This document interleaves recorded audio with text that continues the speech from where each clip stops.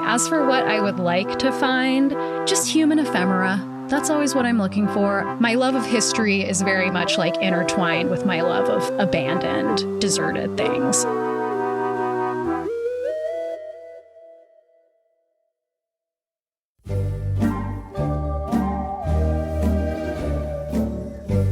Hello, dear listeners. Can you believe it?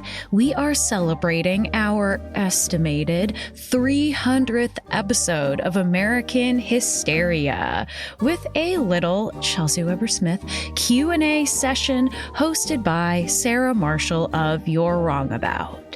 It's been a strange and wild journey, and to celebrate, I am gracing you all with answers to questions provided by our beloved patrons over at patreon.com/American Hysteria. So join us to learn more about the show and more about my own weird life, my unceasing fears, my hopes, my dreams, and how I feel about all of you very special eccentrics out there. You know me, you love me, hopefully, because I'm your favorite worm, Chelsey Weber-Smith, and this is American Hysteria's 300th episode.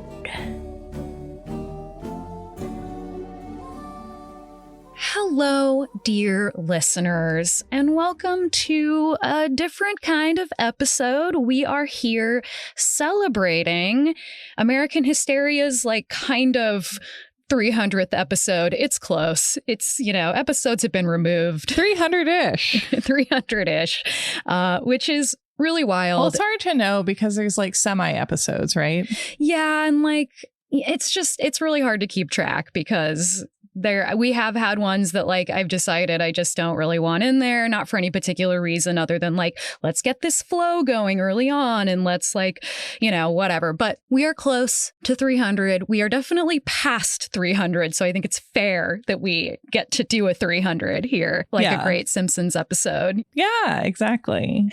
But we are here to just acknowledge the work and also answer questions that our lovely patrons have asked me today. I'm just excited to get to just talk about the show and about my own life a little bit. And who else but Sarah Marshall should be here to co-host this episode. So Sarah, thank you for being willing. Chelsey, what an honor. Tonight, Chelsey Weber-Smith, The Life, The Times, and America Speaks. Beautiful. Thank you. Imagine I've got suspenders on and I'm leaning forward. And you have a comb in your front pocket, I feel. Yeah. And there's a big map of America behind me with lights. That's right. That's right. And I just want to say thank you so much to all of our patrons that ask questions and for the support that you, as well as our Apple Plus subscribers, give, because literally the show runs on your continued support. And you're all just so nice and lovely and kind to me. And so I just appreciate you massively, as well as the rest of you out in the audience, too. I'm just so honored that you listen and that you are part of this community. And this community is awesome. I really do love this community. And that is every artist's dream, right? Yeah.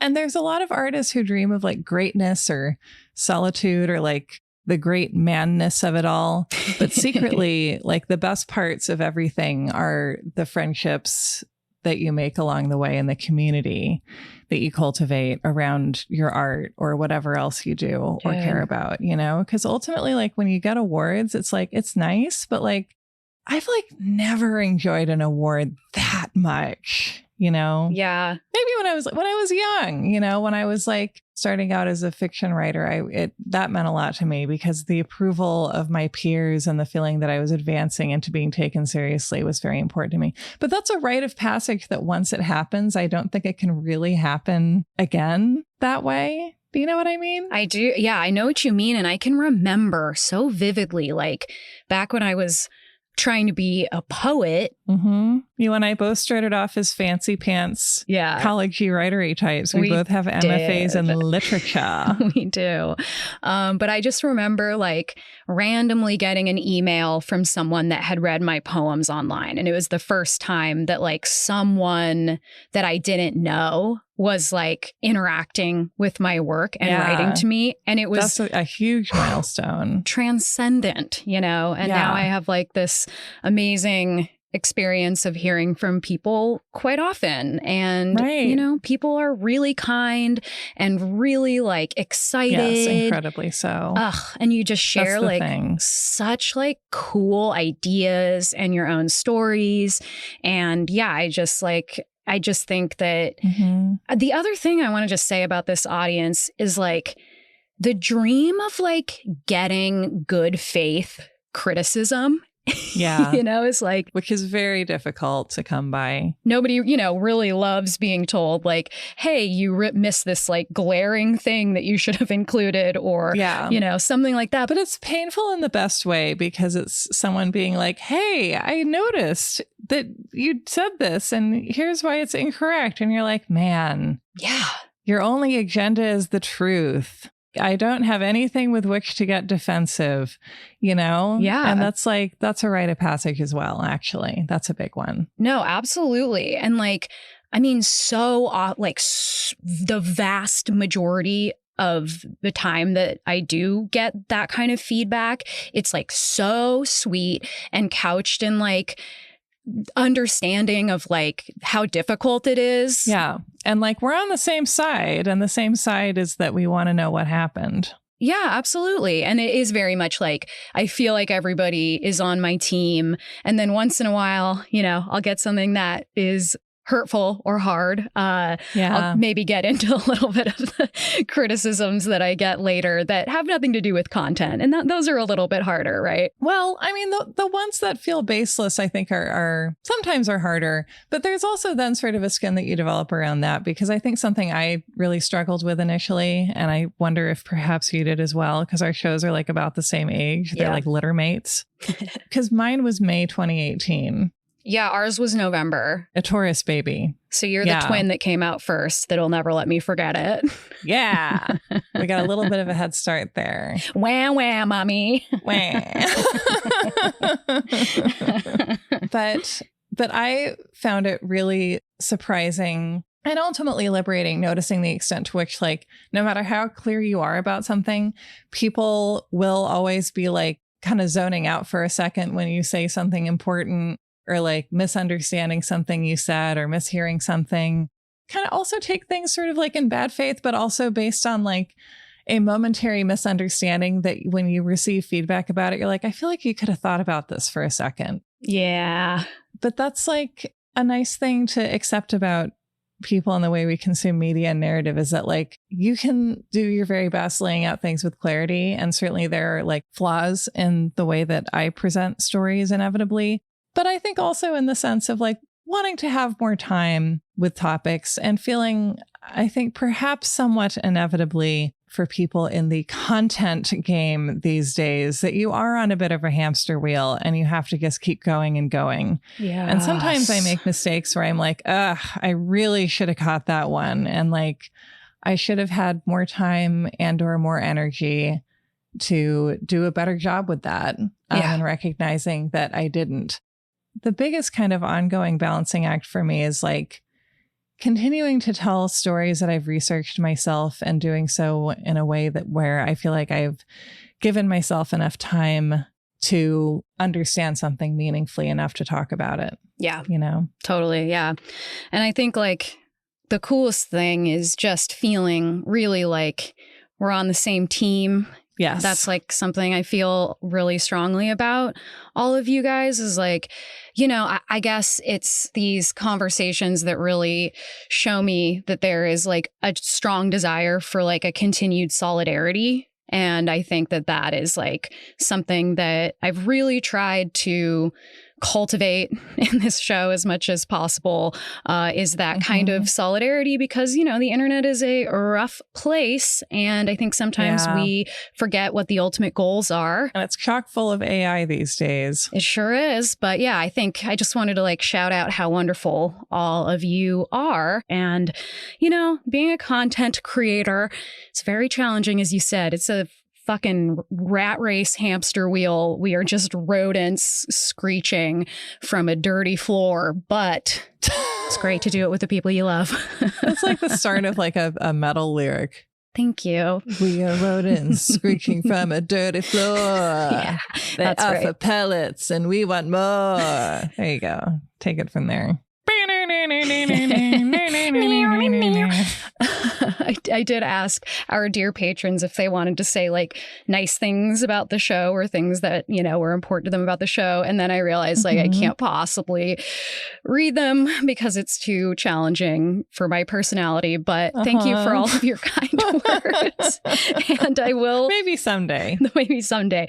But I heard them. I felt them. Thank you so much. And I will. The one comment that I am going to share, because I feel like it kind of sums up everything that we are, you know, trying to do here. This is from Chris Woody, one of our patrons, who said, Chelsey Weber-Smith is the hardest working worm in podcasting.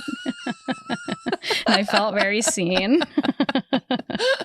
And I guess no, intuitively, or I think I know. Is this about based on lowly worm? Probably. Or just maybe my general disposition. Because you're like driving your little apple around with your little hat on. Zipping around in my apple. Which is, I mean, it's just so great because the apple is our logo too, right? Oh, that's great. True. Yeah. So you are the hardest working worm in podcast. Chelsey, what did you think when Carrie Bradshaw had a podcast? Do you remember your thoughts on that? I remember my thought of like, you don't know what a podcast is. Is that where it goes? Your podcast's gone viral, or is that a Hallmark movie I watched? That sounds like a Hallmark I think that's a movie. Hallmark movie I watched with like Candace Cameron or something. But do you remember? Wait, Chelsey, do you remember what the podcast that Carrie was on with Kay Diaz? Of course. Yes, what of was course. It called? Sex in the City.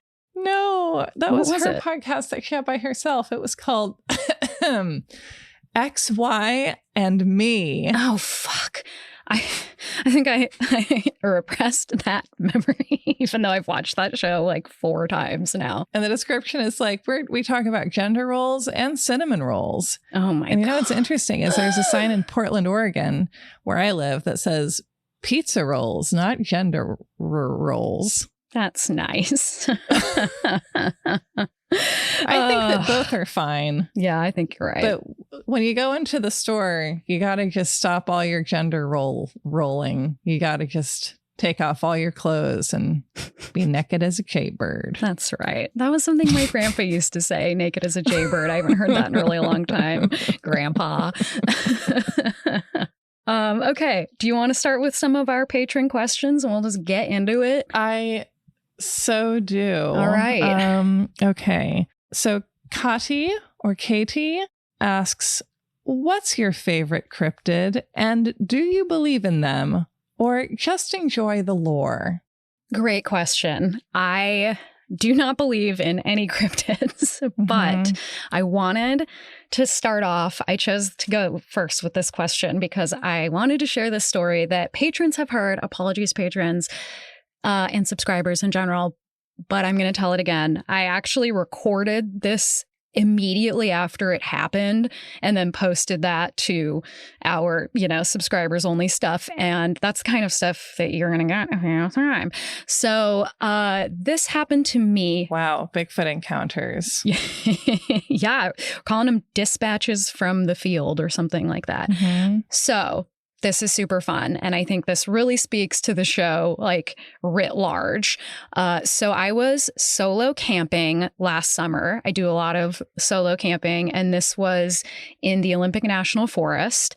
And I was car camping. So I wasn't like, I don't like hike out or anything, but it was like nobody around. I didn't see anyone that night. And I was just sitting up there and enjoying wine and, looking at the stars and listening to these really like strange birds. But I was up on this like kind of bluff where that had been clear cut, and you could like look over this little cliff, and then there was another layer like that you could walk on, and then there was like another layer, almost like a Colosseum type shape, like you would watch a theater show like in the Roman era or something, but just like a natural landscape shape. Okay. So I was just sitting there in my camping chair, and I started to do a little howling because I used to do that when I was growing up, right? Camping with my dad to see if we could get the wolves or coyotes to howl. Didn't hear anything. But what I did hear not long after was the sound of like what sounded to me like a huge creature running up the side of this cliff. Like it was like it wouldn't have been possible for a person, but it was like slanted enough that something could possibly run up this cliff. But it was like boom, boom, boom, boom. And it scared me so much. No. Yeah, it scared me so much. I jumped out of my chair. Literally, the chair like fell over. And I, ran back and kind of hid for a second. And then nothing happened. Mm-hmm. And I like slowly came out. And I was like, okay, like that was Bigfoot. It's like, that was Bigfoot. And what am I going to do about it? And I've never believed in Bigfoot, but like, I really could not think of. But the things you believe in the forest are different than the things you believe in in your bedroom and with the lights on. Absolutely. It's like, what are you going to do except believe? Like the Blair Witch. Very much. Like, I kind of believe in the Blair Witch. If I'm camping and somebody shakes my tent, I sure freaking believe. I want to believe very much in the Blair Witch. So my favorite cryptid. Yeah, right. That is a good answer. So I like came out from behind my hiding place, and I was like, if this is Bigfoot, I have to see it. If this is how I die, how appropriate. I think Bigfoot is probably not like going to eat you or anything, I mean, we don't know. Whatever it was huge.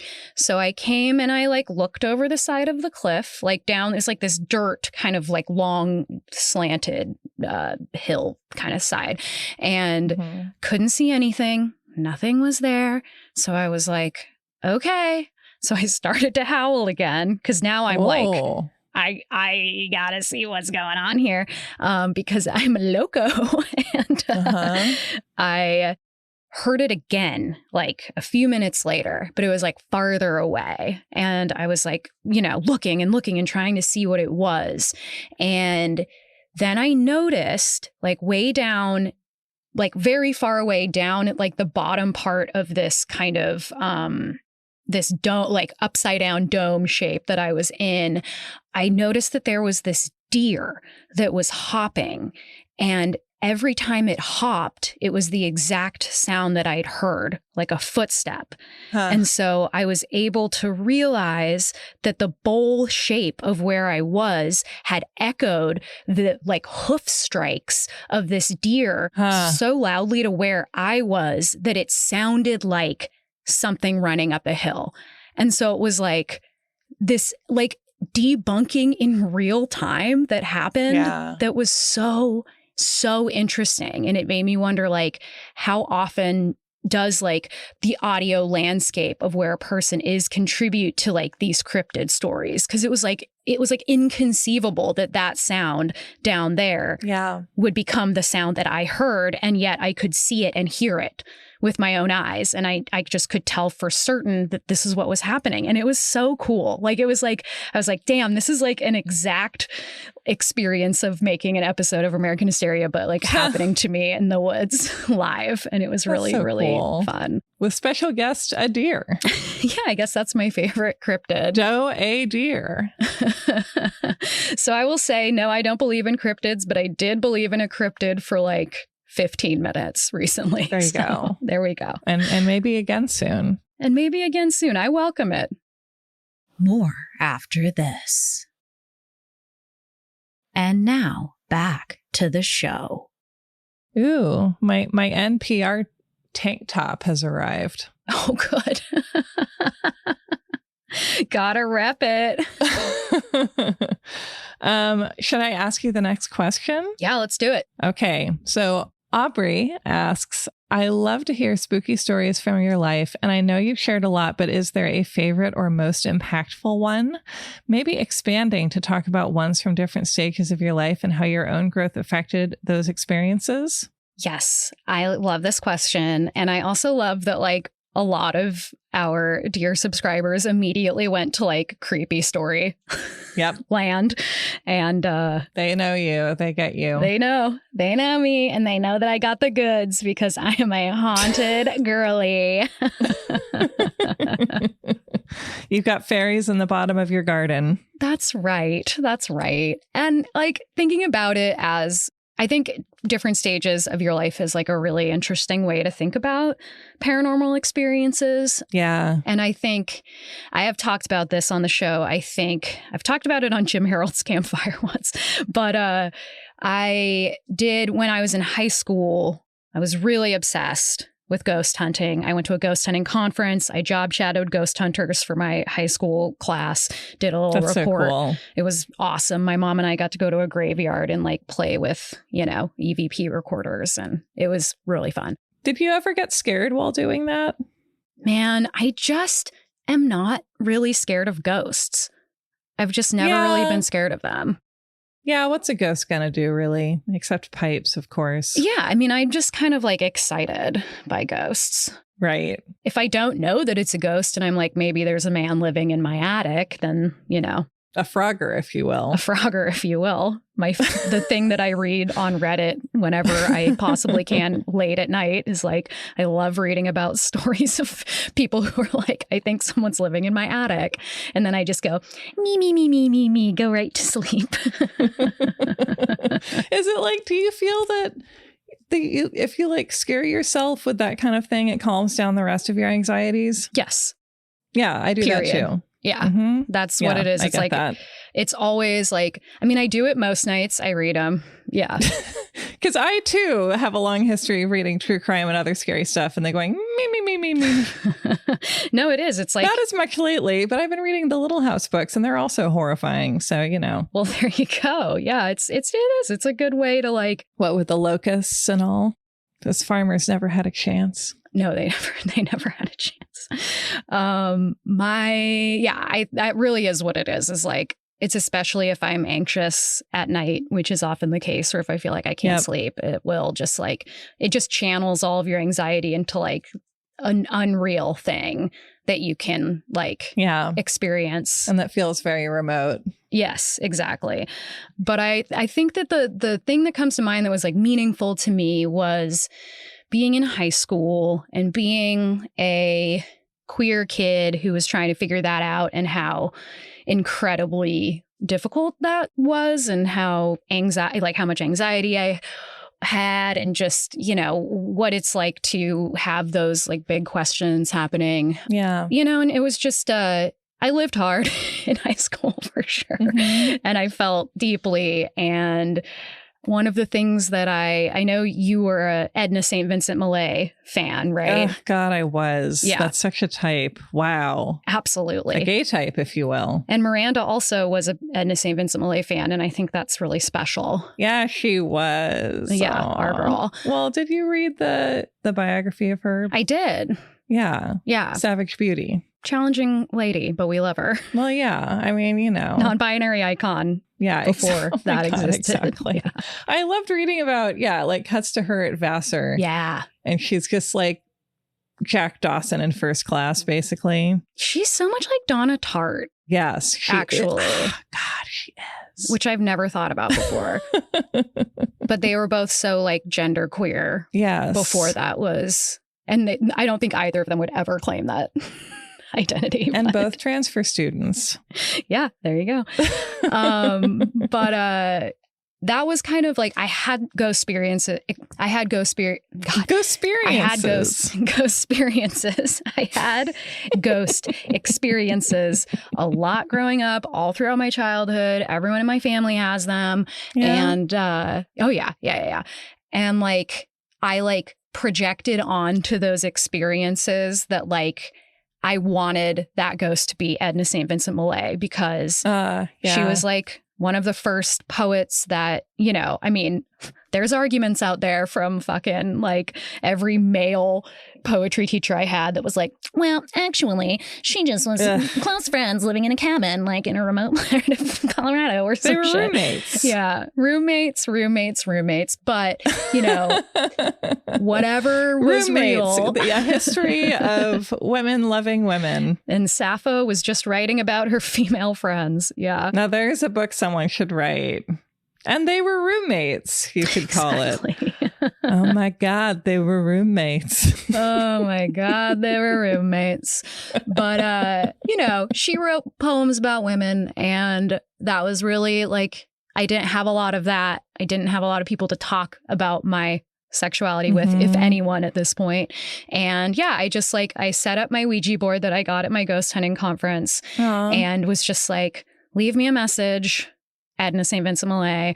And I never got one, but I still like felt she's busy. That. She's busy. Yeah. And I did. I felt like there was like, or at least I projected onto these experiences that I had. Like I had a lot of experiences where I heard somebody whispering my name. That was like super common.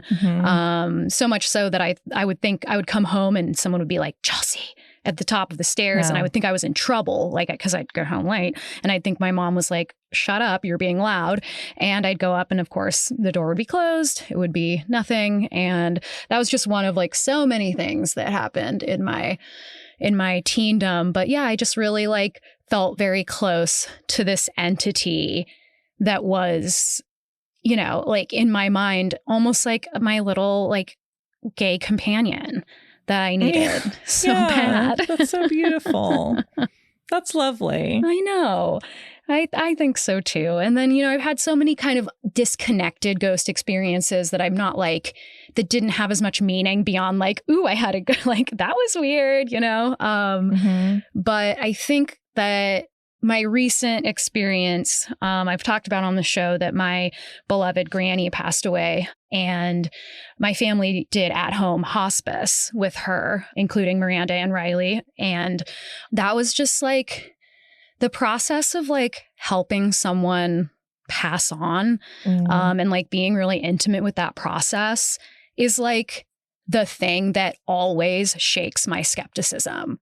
And it's like this profound, like, blurring of the lines between life and like whatever comes next. And it's not like it makes me believe necessarily, but like just going through that process and like the dreams of people that she was having, like her, you know, her parents and just people that were gone that were coming through, you know, is like, and you can ask anyone who works in hospice, I think, and they will say like, there are so many things that I can't understand and that we don't understand about that process. And like, it's like an incredible honor to go through that with someone. And like, I'm like so grateful that my family was all there and that we were able to like be with her because she was like my best friend in so many ways. And like, just like one of the great loves of my life, you know, first person who ever held me. It's just like,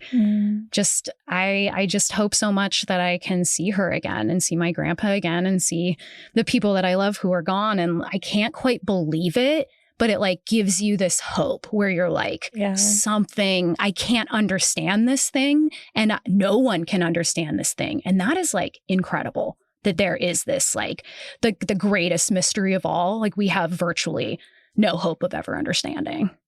I think as a skeptical person, I really love when I can't explain something. I like really cherish that. And, you know, I think that just the paranormal is this really special thing to me because of that reason. And it's not like I've bought in fully or anything like that, but it like, just lets me, imagine more. And I think that's really important. Yeah. I think that's a big part of what makes this show what it is. And what it is great. Thank you. That's so sweet. I'm interested in hearing if you have an answer to this next one from Heather in Sacramento. Would you like to read it? Yeah. So Heather in Sacramento asks, I'm wondering, what are your predictions for future conspiracies and urban legends in the coming years? Do you have anything that leaps to mind for you? Oh, God. I feel like it's been so off the wall. I almost don't dare say anything lest I breathe it into being. True. But like the sky's the limit, I think. I mean, I do really worry about the prevalence of AI and like how destabilizing that is for people. Yeah. I mean, that was going to be my answer, is like, it's going to be AI, urban legends. It's going to be like, this AI is haunted, or this AI is like commanding my child to like do X, Y, and Z. But like at this point, I don't even know if like that is moral panic or if that's just like reality.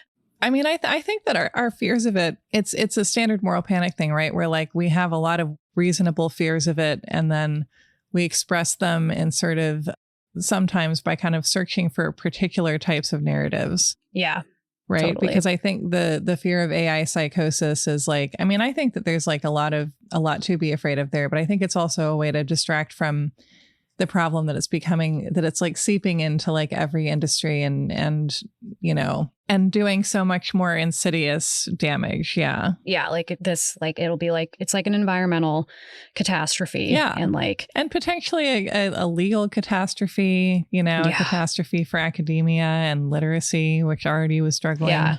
I mean, nothing is ever going to be the same. There's so many fronts across which it's advancing with great speed. And so it does make sense that the New York Times and places like that are fixating on like, well, this guy in Kansas spent $93,000 on his AI girlfriend. Yeah. Yeah. It's like, yeah, that we don't like that. We don't want that to happen to people. Yeah. But we also are like, well, it's the data centers are ruining small towns and they're using up all of our water. And it's a terrifying, terrifying thing. Yeah, that to me is at least as scary and often much scarier. Yeah, absolutely. Well, like on that tip, what I think might happen, and this is like this would be like something that people would say was a conspiracy, but I think it might really happen. And that is this goddamn administration using AI to either fake an alien invasion or fake the second coming of Christ. Oh, boy. And then Christ like says what to do, and it's what they want us to do. I'm amazed they haven't attempted that one yet, actually. We're just not quite there yet. They just need a little more time. Yeah. Trump just never made a Sora account. But I'm just saying, like, mark that. I just think it would make so much sense. And like enough people who have absolutely no media literacy or absolutely no desire to not believe that narrative. Or who are all keyed up waiting for the end times, Yeah. Yeah. I just think we might see AI end times like stuff. Yeah, I believe it. That would be my really dark prediction for what could, like, the kind of most overblown version of what this could kind of culminate in. So that's my depressing, off the wall prediction. Let's see. Predictions for future conspiracies and urban legends. I think that there is going to be a conspiracy theory that reading actually causes cancer. Whoa. To discourage anyone from ever doing it again. Yeah. I mean, yeah. They're going to be like, the way your eyeballs move is like affecting your neural pathways. And the only way to fix that is with these supplements. Yeah, that's a good one. But a million made up ways you could connect those two ideas. Absolutely. And they'll try. They will try because nothing is off limits. All right. On that note, should we go to our next? Yeah. Great question, by the way, Heather. Just hard to answer. Thank you, Heather. How about Megan? Okay. If you could have a big budget and time off and all your daily life needs taken care of, basically no barriers, what panic/conspiracy/culturally weird moment would you research? I mean, what getting to spend untold hours in dusty archives, talking to weird old librarians, possibly trespassing in abandoned structures, climbing into attics adventure would you go on? Okay, great. So this is a really fun question. And I have this dream. I don't know when it'll happen. I don't know how to make it happen unless all of these things in your question come to be true. But I would love to do a huge investigative podcast about the Donner Party. Yeah. Like, I want to go to each of the forts they stopped at. I want to road trip. Don't copy me, anyone listening. Okay, Yeah. This is mine. I want to go on a road trip. This is in an attitude of trust that they're sharing this. Thank you. I want to drive their wagon trail path. If I'm feeling like I am up to it, I want to do at least part of the hike that they went on. Do you want to get a covered wagon? Is that something a person can do? Sound off in the comments, fam. If anyone makes covered wagons, let me know. Can you imagine if I just went by covered wagon from the Midwest to California? I would go with you. That would be fun. Yeah. We'd make corn dolls, every kind of corn doll you could imagine. I can't imagine that many kinds, if I'm honest, but they're all great. Yeah, that's true. But I do love, I love the idea of finding all of the original reporting and seeing how it was sensationalized and talking to the descendants of these people. Because the descendants still get together. Wow. Every year. Wow. And try to solve or because there are mysteries associated with the Donner Party. And it's just all the facets of this story, it has its hands in so many amazing parts of, the American history of the West. And I just would love to just sink into that world as deep as I could go. And also learn about all the other people who've been obsessed with the Donner Party. Yeah. That would be the other aspect is there are so many people who have the same kind of obsession. And just the idea of field work. Yeah. Going to the monuments, interviewing the people that work at the park. It's just a dream come true. And it could still happen one day. I really hope it does. A hybrid road trip, personal journey, Donner Party history podcast would be my that would be delightful spinoff. Yeah. And I would love that. What would you call it? I haven't figured that out yet. If you think I haven't been thinking about that for 3 years. What about Donnerama? Donnerama. I don't know if that's the tone I want to strike. The last party. That could be good. That could be good. Party on, Garth. I always think of that joke Reed from show. Patch Adams. You call it the Donner Reed show. No, what's the Patch Adams joke? The Patch Adams joke where he's Donner, party of 50. Or some shit like that. Oh my God. That's a movie I haven't seen since it was in theaters. I only remember it because it was in the trailer in the beginning of some VHS that I watched forever. Yeah, because there's some trailers that you would see at the start of a movie that you watched every time you watched it. So you kind of know it by heart because of that. Exactly. Oh yeah. Yeah. Absolutely. More after this. And now back to the show. All right. How about Stacey A? Okay. I feel like this is kind of a continuation of the question that was just asked. Great. So I put them together. Stacey A writes, I would like to ask, what would Chelsey and Miranda be doing if they were not making American Hysteria for whatever reason? Okay. So another podcast dream that Miranda and I had when we were first together and we were falling in love. And that was this podcast called Roadside Attraction, where we would travel around to as many roadside attractions in the United States as we possibly could and interview the people that work there and find the history of each of them. And each episode would be that. And then it would also be a meta podcast about the beginning of our relationship and documenting that. And I think that would be really cute. You should do that. I love that. Yeah, you never know. But I think that is one of the things we'd love to do. I can't really speak for what Miranda would be doing. She's very, very happy with producing and editing podcasts, and she's doing a ton of music stuff always. And I know that in her heart, the girl wants to sing, and she's very good at it. And I'm actually going to a show of hers tonight as soon as we get off this recording, that is a prom-themed 90s tribute, like super band night, and I have to dress like I'm going to prom. And that sounds so nice. It's going to be really fun. That's side boob if anyone wants to try to catch one of their shows. It's a lot of fun. But I think the other things I would love to be doing is like working on I just am so tired and so drained all the time from this, but I'm working on a novel. I write weird freak folk songs. I'd love to like play in the world more.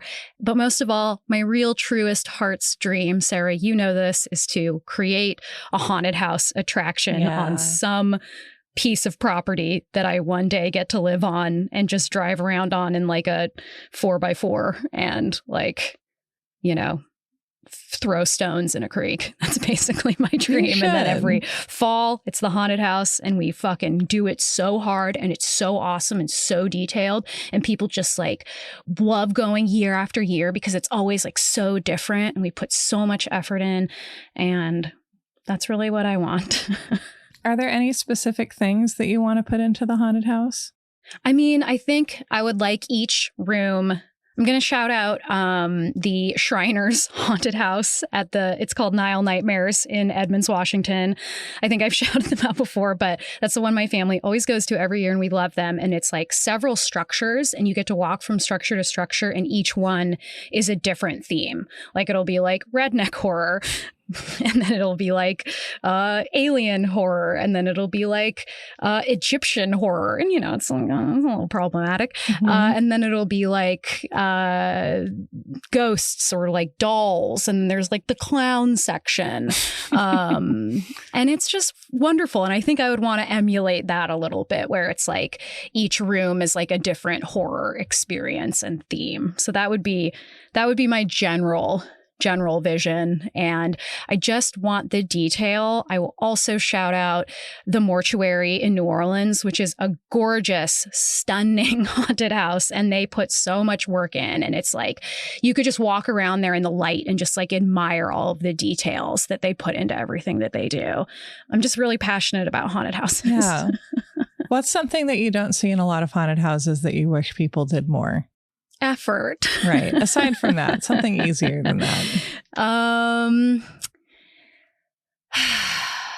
Let's see. I think it's really about the sets because you can have a lot of jump scares. You can have a lot of scare actors. I love scare actors so much. I think they're incredible and they are one of the last vestiges of theater, as Miranda says. But I do think it's like you want to feel immersed. You want to feel like I went in this one in Buckley, Washington. The name is escaping me, but they created like 2 levels in this warehouse and they had like a little like river running through like right. And you were like on a little bridge they created and then like there were just like different levels happening. And like you could also see like 2 people like in a weird rocking chair. It was like a creepy bayou scene. And that was like stunning, like more water features. Maybe I'll say that. It's like, that's amazing. Get a water feature in your haunt, people. Yeah, that would be very impressive. Oh, yeah. Or a car. I'd be very impressed by that. If it was inside. That would be cool. I feel like I will say the Shriners Haunt Nile Nightmares does have some old vehicles that you pass by on your trail. Yeah. So, they got it. They got it going on. Thank you, Shriners. We know you're not doing anything nefarious in your Shriners meetings. You just like hats. Yeah, they just like hats. Get over it. I think we have another one from Stacey A that I would like to read because it's a very me question. Stacey A asks, what's the weirdest thing Chelsey has found in a cave and what have they never found that they wish would be in one? I love this question. So when I was a kid, this was the first thing that came to mind. And this was actually at the Fort Worden bunkers, which is my favorite place in the entire world. And it's like these series of old, abandoned, essentially like tunnels and weird chambers and different rooms you can go in that are just like made of cement. It was made for World War I, and then it was like barely used ever. And now it's just kind of up there and you can go in it. And I've been going in it since I was a kid. Highly recommended. Port Townsend, Washington. And my basically de facto adopted brother Johnny and me used to go there all the time when we were kids. And I remember we went in and we were like, we had our little flashlight and we were being really creeped out. We were probably like 9. And we went in one of the rooms and there's pitch black. It was just like a little square kind of chamber of a room. And I turned on my flashlight to check the room out. And I started directly in front of me in the middle of the far wall. And I swept the light all the way around the room. And when I got back to the last corner of the room, there was a man standing there. No. Yeah. Not with a man. It just facing the wall. No, Blair Witch. Chelsey. Blair Witch style before Blair Witch came out. No. Yeah. Okay. And he just turns around and he was like, hey. And then we were like, and ran out. Why do you think he was doing that?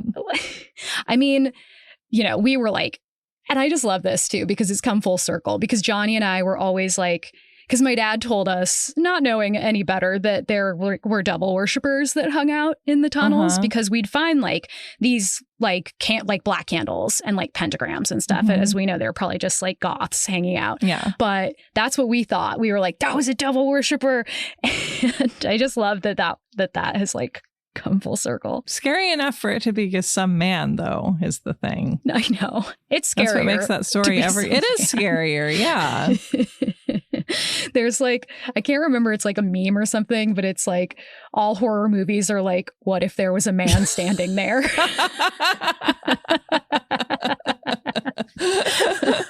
Yeah, the good ones are. So true. I mean, right? But my dad always just thought he was taking a piss in the corner. Yeah. And that's probably what it was, and he was like, hey, yeah, I believe can you that. Stop flooding me with light and try to take a fucking piss here. But it's pee outside. We're in the woods. Yeah. Don't pee inside. Right. Not Rude. in the cave. It's disrespectful to the cave. No. What if there was a man standing there? And there really was. Or sometimes, what if there was a man sitting there? If you get in your car and you have the the man in the back seat. Yeah. Yeah. The man in the back seat. Mm-hmm. What if there was a man sitting there is the other one. I mean, what if a man was crouching there? Also works. What if he was lying there? There's a few options, but they're all about posture. So, all right. The other one I'll say, and this one's kind of beautiful, is there was this abandoned train tunnel that my friends and I went to a lot when I was in grad school in Virginia. It was called the Crozet Tunnel. It was in Crozet. Nothing more Virginian than an abandoned train tunnel, probably. Dude, I know. It's awesome. And I did talk about this in the Bennington episode. So we're going back to that Good. Blue Ridge Tunnel. And I went in there once with my friends. And as we started going in, we started seeing all these little lights, these tiny little twinkling lights, at the back of this cave, because it was collapsed at the end. Yeah. And we just were like, what the fuck is happening? And we just got closer and closer and realized that someone had put up little tea light candles all over the cave. Whoa. I know. It was stunning. Was it the Phantom of the Opera? I don't know. It was just this romantic thing. And then as we get to the back of the cave, 2 lesbians are walking out hand in hand. It was so romantic. Do you think it was Mindy and Lindy? Yeah. Did Mindy propose finally? I was wondering if it was a proposal. Yeah. It would be the most badass, hottest proposal ever. I mean, they've been going out for 6 months, Should probably. Yes, it was. So I think that was a really wonderful thing. As for what I would like to find, just human ephemera. That's always what I'm looking for. It's why I'm not a hiker capital H, because I like to hike out to like things that used to exist. Like I like ghost towns. I like old mining tunnels. I like, things where you can still see kind of like a history that something that once was of like a human design. So I'm always looking for like just any evidence of the past. Like my love of history is very much like intertwined with my love of like abandoned, deserted things. So did you like Pompeii when you were a kid? Did you have a Pompeii phase? I didn't necessarily have a phase. I did go to Pompeii recently with Miranda. Whoa. How was Pompeii? It was amazing. And we also went to what I will say is preferable to me, Herculaneum, which is a smaller kind of ruins that had the same thing happen. But it's like kind of like the punk rock sibling of Pompeii. So it's like a smaller town. Yeah, it is. Okay. And it's like way less touristy, like so few people there compared to. Yeah, that would be nice. Herculaneum. Okay. Hot tip, everybody. Hot tip. Yeah. What did you see there? Well, one of the craziest things I have are there these actual like skeletons that are like stuck in the ground that you can see. Yeah. Like a real, it's like ancient, it's like kind of like, I've never been in the catacombs in Europe, which is either. Baffling to me. I will go. Well, you can't see it all, but it's just like, you can see all of the old like friezes, and you can see like the paint is still there on so many of them, and the tiling is still there, and you can learn about what each room was. And both Miranda and I really love like Greek and Roman history, so it's really a whole lot of fun, and it's just a really beautiful place. That's so great. What would you like to see in a cave? Fake pirate bones, because I'm riding the ride at Disneyland. Fair enough. Yeah. I think caves are cool. I would like to go to like a nice touristy cave with like guardrails and like a guide, and where they turn off the lights for like 1 second. And then they're like, stalactites have to hang on tight, whereas stalagmites might make it all the way to the ceiling. Any questions? That's a great cheat code right there. Thank you. To remember what each is. Yeah. Yeah. I use that every time. Yeah, that's great. Stalactites have to hang on tight. Yeah, absolutely. Absolutely. So I would like to see a gift shop. No, but in all seriousness, if I were really to go into a cave, I don't know, a nice geode or some crystals or something. A geode. Yeah. Yeah. I love a geode. Great. Crack her open. See what's in there. My geode must be acknowledged. I'm not going to be ignored, Dan. Exactly. Yeah, we have to get our the fuck's that movie called? Fatal Attraction. Yeah, we've got to get our Fatal Attraction reference. Part of the trilogy of hot women want to have sex with Michael Douglas and will kill him if he won't have sex with them back. Yeah, that's right. With Basic Instinct and Disclosure. He had a moment. He was an archetype, Michael Douglas. On the one hand, you're like, why did movies think he was this attractive? And on the other hand, you're like, no, they recognized him as like eminently killable. That's it. Let's see what Matilda George is asking. Hi, Matilda. Matilda George says, I'm a cat lesbian, so can all of you talk about your cats? I want names, personalities, and descriptions. Okay. So our two cats, Rox and Daphne. Rox is a black cat with half a tail who's like kind of our runt gremlin. And then Daphne is kind of our beautiful, perfect ballerina girl. And they are sisters biologically, as far as we know. And we got them. Sorry, Miranda, I'm going to tell the story. Miranda was like obsessed with wanting a dog. Mm-hmm. Sometimes if she drank a little too much, she would cry about wanting a dog. And so eventually I did not want a dog. I am a cat person. Mm-hmm. I love dogs. Don't get mad at me, but I am a cat person. And I feel that I kind of manifested this because I was like, okay, we're going to get a dog. We started looking for a dog. And then all of a sudden one day I'm working in my my little office and I hear what sounds like birds fighting outside. I run out because, of course, I want to see the bird fight.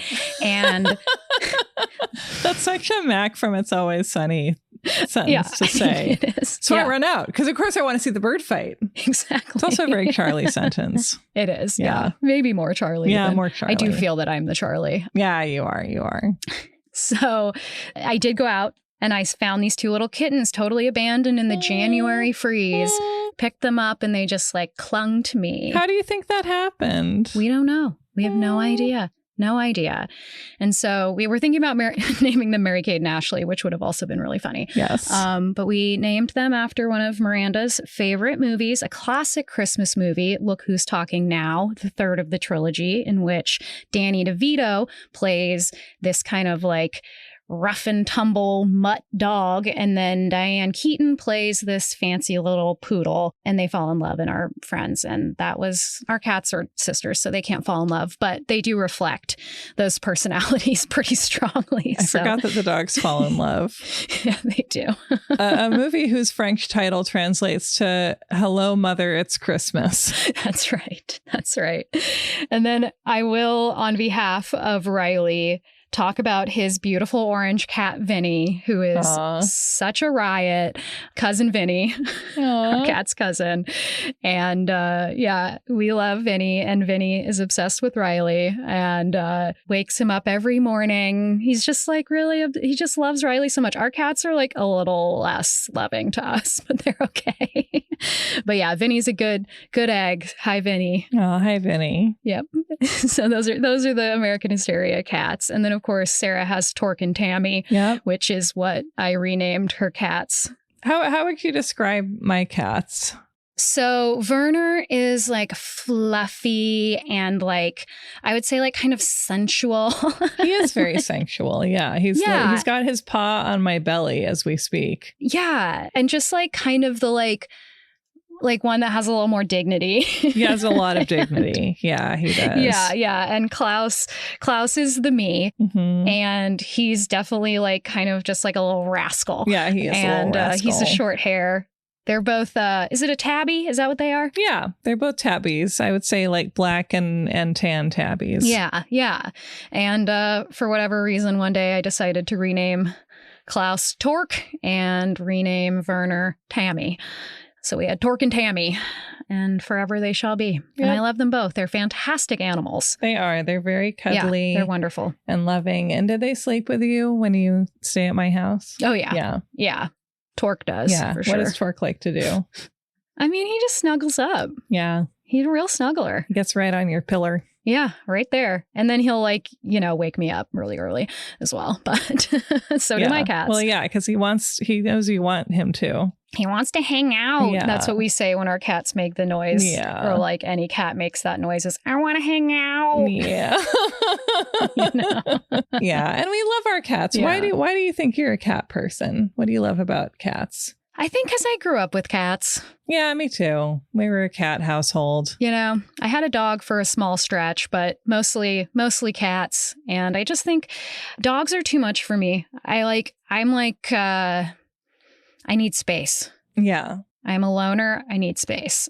You know what I like about cats is that if you have like an indoor-outdoor cat, and if there are changes in your household that the cat doesn't like, it may just like go find a new family, Yeah. And I love that about cats. Absolutely. You don't own a cat, you just sort of like... You can't. You're borrowing it from the western wind. That's very true. Absolutely true. So yeah, that's cat corner. That's cat corner. More after this. And now back to the show. So Angela N asks, what are some of your favorite ways Miranda contributes to the show as producer, especially ones that listeners might not realize? This is such a nice question. And I want to answer it about the whole team, too. Mm-hmm. I will say that Miranda makes sure that I pronounce shit right because I am very bad at pronunciation. Sarah knows I get edited in ways that you all can't even dream of out there. I wouldn't say that you're that bad. No, but I'm not good. And, well, you know, when Oprah was first starting out, she was a primetime news anchor, I think, and she once pronounced Canada, Canada. Wow. Mm-hmm. Hey, thanks. I mean, you know, when it's on the teleprompter, it goes by real fast. And I think Grenada was in the news at the time, but anyway. Yeah, right. She made a call. Oh my God. So yeah, she really helps me with the pronunciation. And like when I get like a word wrong, like sometimes she'll be like, that's not what that word means, honey. So she really helps me not sound like a total dummy. And I also would like to say that like the emotional support that I need to make this show is like pretty immense. And I just like love that I live with the person who like, you know, this show causes me to cry. It causes me to panic. I am not a very measured person a lot of the time. I can be very emotional and I can just freak out. And it's like, it's a lot. The work is very overwhelming. And the fact of having an audience is extremely overwhelming to me. Mm-hmm. And I think that she just really helps me calm down and like take it one step at a time. And she's just extremely supportive of me emotionally. And she always has been since, you know, she came into my life and into the life of the show. And, you know, she also makes great music, especially, you know, for You're Wrong About. She's making amazing music with AJ McKinley, our buddy, and for Magpie Cinema Club. And I think she's going to start doing more of that for us too, I hope, because it's really fun to have original music. I agree. Yeah, I hope she does. I love what she's doing. Yeah, she's a star. And then with Riley, I mean, if you love our soundscapes, he is like, him and I have such a great time making like the ambiance of our main like scripted episodes. And, you know, he just has brought so like many fun things. It's like I can just really trust him to kind of get what I'm looking for when I'm like, I want a soundscape for this. And I like want this to kind of come to life. And then I get to like laugh hella hard at the stuff he makes. And like, he also is like my buddy that I'm texting kind of through the process of research. And he's also researching too. So it's just kind of fun to be like, have someone who will get excited about a story that I found. And you know, just like bouncing those types of things off of each other. Yeah. And then I got to shout out Will Rogers, our voice actor, who is like never ceases to like nail it. And Will's been my buddy for so long too. And, you know, he's a brilliant person in his own right. And, you know, make sure you listen to Guide to the Unknown. And I just love what he does. And I mean, he contributes to the show just by like figuring it out. Like I give him instructions sometimes, but other times I'm just like run with it. And I'm just always happy with what he does. And then Kaylee, who's just come on, Kaylee Jasperson, as I mentioned, who's just come on and like is killing it and just like is such a positive person and so fun to work with and just so like on it and like here for it. And it's like just really, it's great to work with her as well. And so just love the team. It's a really special team. And I just like, there's no universe in which this happens just by my hand alone. So. Oh no. Yeah. And you too, Sarah. I mean, at this point, you're basically on the show. So you're on our show so much. And like, you give me so much of your time and your energy and your attention. And you're just like, are so supportive. You know, you always give me more back. I hope you know that. I mean, it's so fun. And I'm so lucky to be here. I am so lucky that you're here. And I'm always so lucky when I get to be on You're Wrong About. And it's just always a blast.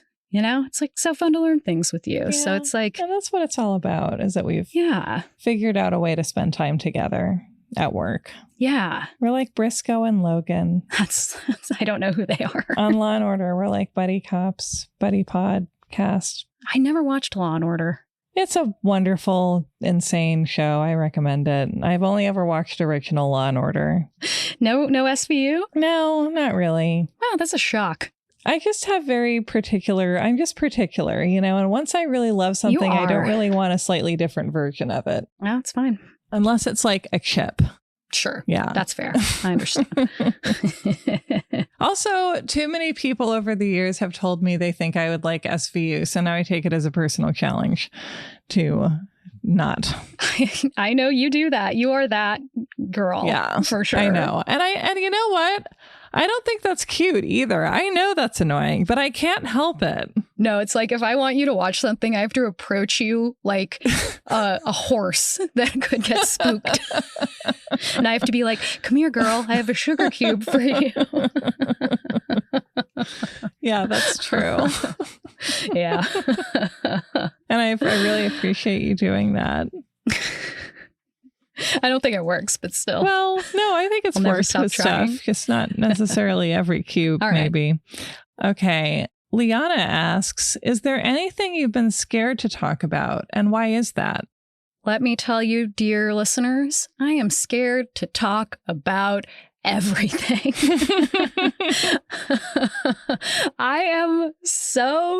It's like Sunday night rolls around, the haunted evening before the release of an episode, and without fail. Yeah, the wonderful world of Disney. Exactly. That was a Secret History reference, wasn't it? Yes. Yes. Amazing. Niche content. But yeah, it's like the horror is so real every Sunday. I'm certain that this is the time where you're all going to figure out that I'm a fraud and a bad person and that you hate me, actually. God, me too. Yeah, every episode. Every episode. Yeah. It could be about the silliest thing. It could be about the most serious thing. And I'm just like, this is the one. Like, I'm sure that I'm going to say something that is like totally that's just going to get me to the point of no return. And I'm just always waiting for it. And recently, my therapist gave me a little OCD test and I scored pretty high on that test. So I really have like perfectionism, like issues that are really like extreme. Does it bother you that you didn't score higher? Yes. And I like, I have very like scrupulosity, like obsession with like morality and like feeling like you've done something bad, even on accident. Like my rumination is like really extreme. Yep. And like, I'm just always scared. That's probably why you and I get each other so well, is that we're like so categorically anxious about everyday life that like extreme things feel oddly relaxing to us. Yeah. Totally. I mean, that's how I feel about like live shows and public speaking and stuff, is that like normal social situations are so stressful to me that weird ones don't feel really any more stressful to me. So I feel like I'm operating at an advantage when that comes around. Yeah, totally. So yeah, I'm always scared, and you're all so nice to me. But then if there's like someone who's mad at me, I'm like, that is the only voice I can hear. Yes, and I'm going to hyper focus on that, which is so unfair to all of you who are so kind, because you are the majority. And yet you're helping it to the greatest extent possible, Yeah. And this is something that we're really not evolved to know how to process. So I think that whatever we're doing to sort of try and figure out how to communicate meaningfully across, on all sides of this is, we're really punching above our weight here. Totally. Evolutionarily speaking.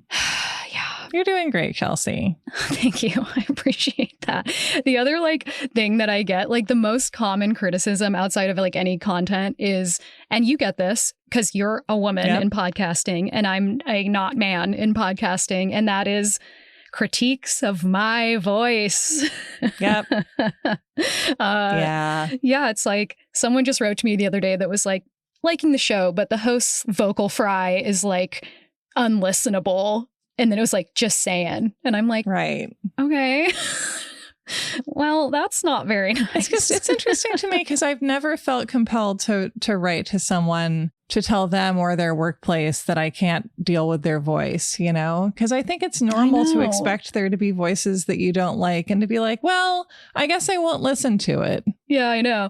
You know, because it's kind of something that people act as if it should be very easy to change about yourself. And yet I think a lot of it is pretty, if not innate, then part of extremely hardwired habit at that point. If we're talking about speech patterns and, you know, sometimes markers of accent and region and stuff like that, you know? Totally.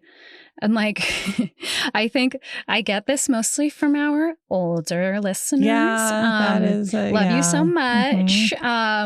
And I get a lot of critiques of like how I talk in the main episodes. Cause you know, I talk with like a little bit of intrigue, what I call gay campfire voice. That is, I love the gay campfire voice. Oh, and I'm never changing it. I mean, that's probably the thing that I get the most complaints about is like the cadence of my speaking when I'm reading from a script. And I'm like, that ain't changing. That is like the heart of this show is like that tone, right? Yeah. Of like, this like little bit of intrigue. It's like we all learned it in the 90s. Like we're channeling kind of this like urban legends special. It's kind of like when Zelda Rubinstein used to narrate those TLC specials and stuff. Totally. Yeah. There's like a little gossip. It's like a little like, I don't know. I've worked on it. I like it. Those don't touch me. Someone once said I sound like I'm AI. And I was like, I don't think you've ever heard AI. You think this is what AI sounds like? And they were like really mean. They were like all caps, like, you sound like AI. Yeah, it's just so like, interesting to me that people are that angered by it. And I do think the way people criticize how others speak is like, it would be interesting, I think, perhaps to think about how that criticism might read if you transposed it onto criticizing their appearance, which I realize people also do very freely, but not so much like in an email to that person. Yeah. You know, and it's an interesting thing to demand that someone change so that you can enjoy them more, you know, like the more you think about it, I think the weirder it becomes, in my opinion. Yeah. People are wild. Yeah. That's another thing we've learned. I made a rule, like maybe the first year, that I would never read reviews. If you've left a nice review, thank you so much. Yeah. I've never read it because I would just crumble. Yeah, I don't read reviews. Yeah.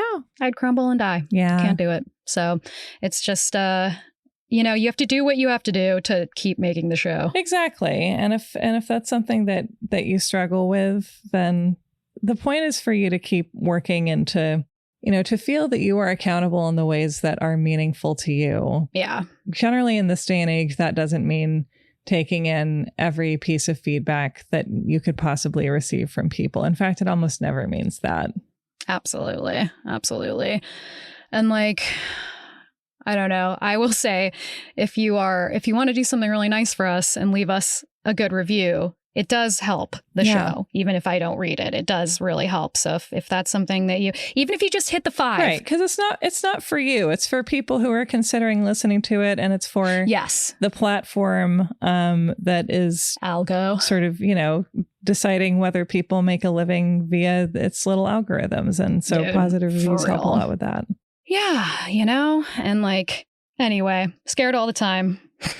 Or you can start a TikTok trend that says American Hysteria is brainwashing Gen Z into an army of witches and warlocks.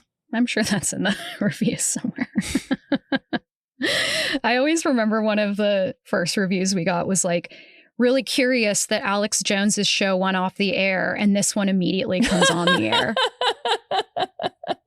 And I was like, damn, that is pretty crazy. I mean, can that be a coincidence? Even if the frogs are gay? I don't think so. I don't think so. As a gay frog.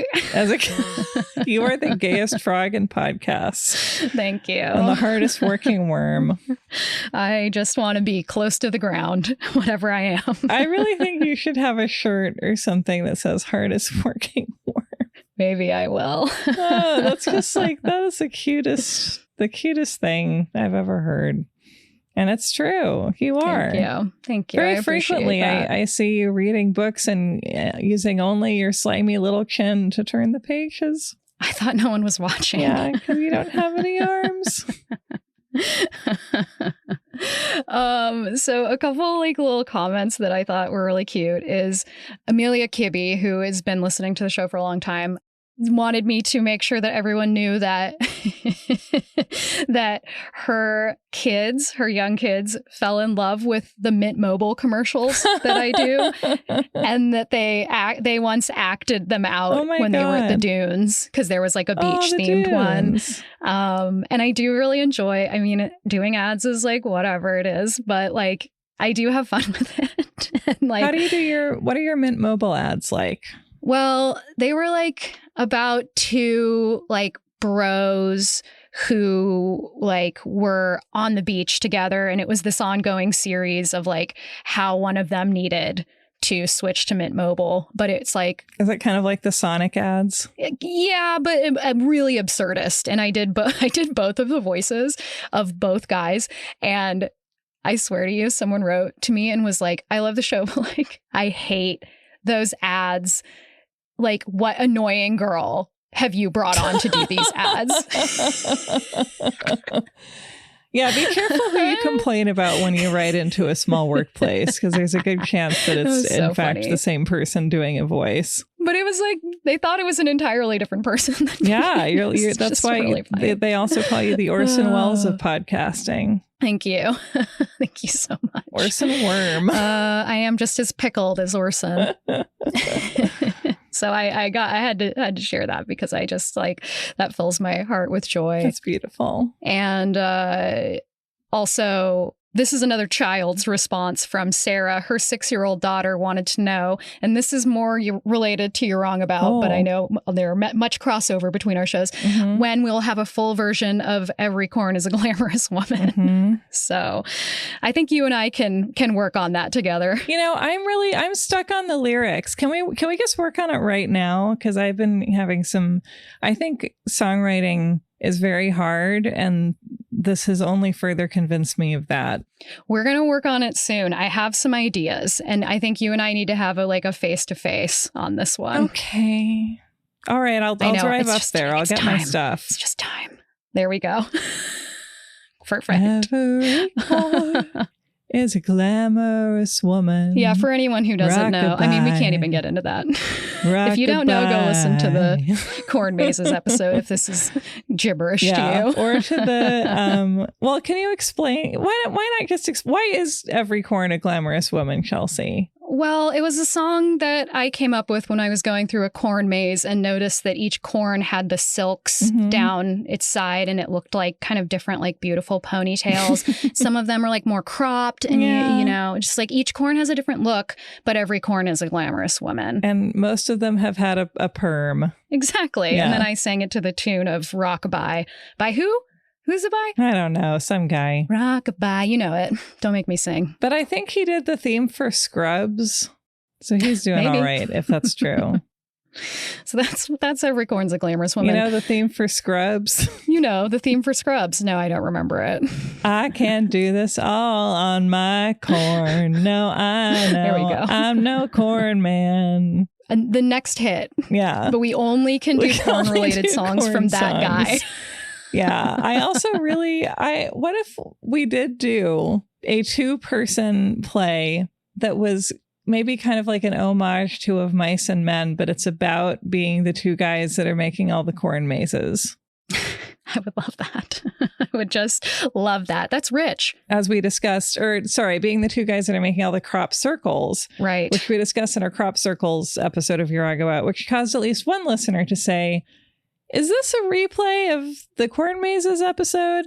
And it wasn't, but you could be forgiven for thinking that, because it's unusual for a podcast to have 2 separate episodes about, I don't know, corn folk art. Yeah, it's true. It is corn folk art. That really is kind of that's my beat. Yeah. Your vibe. Yeah, I started off really wanting to be all hard hitting and stuff. And now I'm like, I don't know, corn and dolls and corn dolls. That's probably the beat that I want now. Absolutely. Just little weird little things. Weird little guys. Weird little guys. Little green ghouls. Oh my God. All right. Well, I think we can close it out now. This has been so fun. And I really just again, want to thank you all so much, and you've made this so worth it, even though it's very hard and I'm very tired and the business is very challenging, but you have like buoyed my heart so many times, and I hope you all keep listening. And thank you, Sarah. Thank you, Chelsey. For everything. Oh my gosh. All the time. Well, thank you for having me here and for being my friend. And yeah, I agree that, you know, the people who listen to this show and to You're Wrong About are some of the best people in the world, I really think. For real. We're just flattering the shit out of you, but it's true. I feel like that sounded kind of Trumpian of me. What I really mean by that is that I'm like, I want to echo what you're saying, where it's like, I feel like I know what you mean, where it's like, you really have to put your heart and soul into doing something like this to make it worthwhile. But I think we both are lucky enough to feel like people receive that and that it matters to people. Yeah. And nothing could be better than that. And I'm so happy to also get to help you as you're appreciating everybody today who has found this show and who it has mattered to. Yeah, thank you. And it has mattered to me too. So thank you for spooking me on those dark, lonely nights and then giving me hope and making me laugh. And you can talk however you want forever. I know you were going to anyway, but I will. I like the way you say stuff. Thank you. I appreciate that. And yeah, I mean, I will say, like, it has been like, I've learned a lot, if you can't tell. Yeah. It's like, I never thought in a million years I would learn as much as I've learned in the last like almost 8 years, or almost 8-year anniversary. Is that 7 years? I never know, but it's been a long time and a lot of research, and I am very tired, but I am appreciative. I'm happy I get to write for a living. I mean, come on, right? It's like, that's a rare privilege. And to think for a living in a time when, you know, the world we're living in is trying to dissuade us from thinking about anything ever again and telling us that it's for dorks. Exactly. Yeah. And I hope you all are hanging in there. I mean, this is really hard, and we're going to keep trying to bring you like a mix of stuff here, you know, try levity and reality. And I'm so excited to be on this journey. And I would be remiss if I didn't say, if you would like to support our show, becoming a patron is the best way. It is fueled in large part by people like you. And we have lots of fun stuff. We make lots of fun episodes. Miranda and I make episodes together that tell stories, all the kind of stories that you guys like. We got a bunch of back catalog episodes. So if you do love our show, you know, we want to keep it free. That's always the goal for everyone else who can't pay. So if you want to become a patron, we'd love it. We have great conversations over there, or Apple Plus, but on Patreon, we can kind of chat and stuff, and it's fun. But yeah, I would love support. Anytime. If you can't support, just listening is fantastic. You are each a glamorous woman, no matter what your gender. A glamorous worm. I'll say that. You're each a glamorous worm. Yeah. Oh, a glamorous worm. No matter what. And of course, I want to thank the team again. What a special group. And I hope, I don't want to say here's to like 300 more episodes, because that frightens me. Yeah. My deepest part of my soul. But, you know, we're just going to keep on trucking here. We're just going to keep appling along in our apples. That's right. What if a worm made themselves like a little wig out of corn silk because they had a party to go to? That would be perfect. Yeah.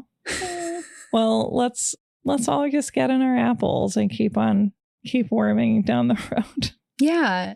And I will say, all of you, dear listeners, are the disembodied human hand that picks this worm off the sidewalk and puts me mercifully into the mud.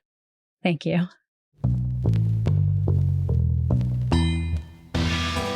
This was American Hysteria's 300th episode. I want to thank all of you patrons who contributed to this Q&A, and of course, I want to thank you for your ongoing support, and that goes for you Apple Plus subscribers as well.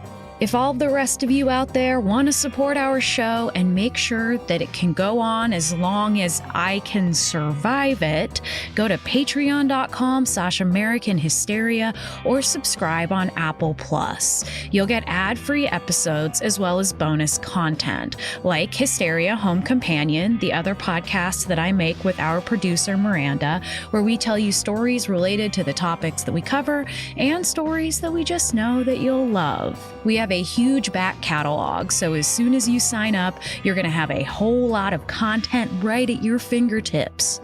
Again, this is the best way to make sure that we can continue making American Hysteria and to make sure it continues to be free for everyone. If you join Patreon specifically, you'll also be able to have little conversations about the episode with me and the rest of the community, and it's a really lovely experience. So I would encourage you to choose Patreon, but Apple Plus also works, so it's just totally up to you. So again, go to patreon.com/American Hysteria or subscribe on Apple Plus. Another great way to help out our show is to leave us a 5-star review on whatever app you use. It's really easy, and you could do it right now.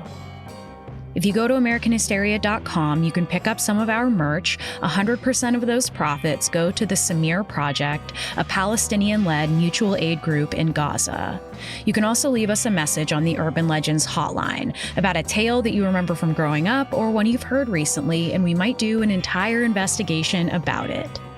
American Hysteria's producer and editor is Miranda Zickler. Our associate producer is Riley Swedelius-Smith. This episode has additional editing by Kaylee Jasperson. And as always, it is my honor to be your host, Chelsey Weber-Smith. Thanks, as always, for listening, and I hope you have a great week.